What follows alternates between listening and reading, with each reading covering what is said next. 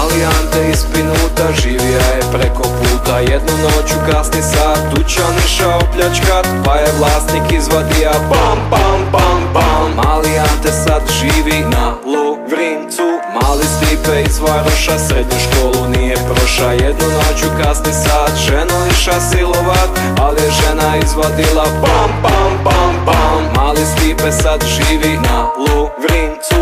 Mali Gogi smrtojaka, pričalo se da je maka. Nekoj babi iša vrat sa nožinom prerezat, ali je baba izvadila pam pam pam pam. Mali Gogi sad živi na Lovrincu. Mali Duje sa Kmana, svi su znali da je džana. Dilera je iša zvat, da mu dug neće dat. Diler doša izvadija pam pam pam pam. Mali Duje sad živi na Lovrincu.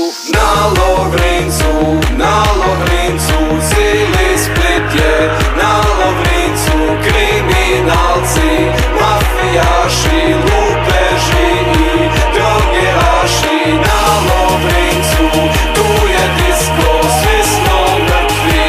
Umrli smo psihopati, pedofili. Na Lovrincu, Split je cijeli. Mali Okes kod Sunara, prokocka je masu para. Iša je provalit stan, liku šta je domobran. Onda se iz stana čulo pam pam pam pam. Mali Okes sad živi na Lovrincu.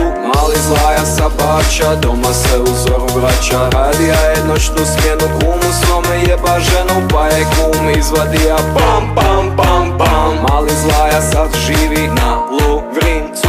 Mali Zvone iz Solina, našmrka se kokaina. Reka čači da je glup, čača ti si glup ka stup, pa je čača izvadija pam pam pam pam. Mali Zvone sad živi na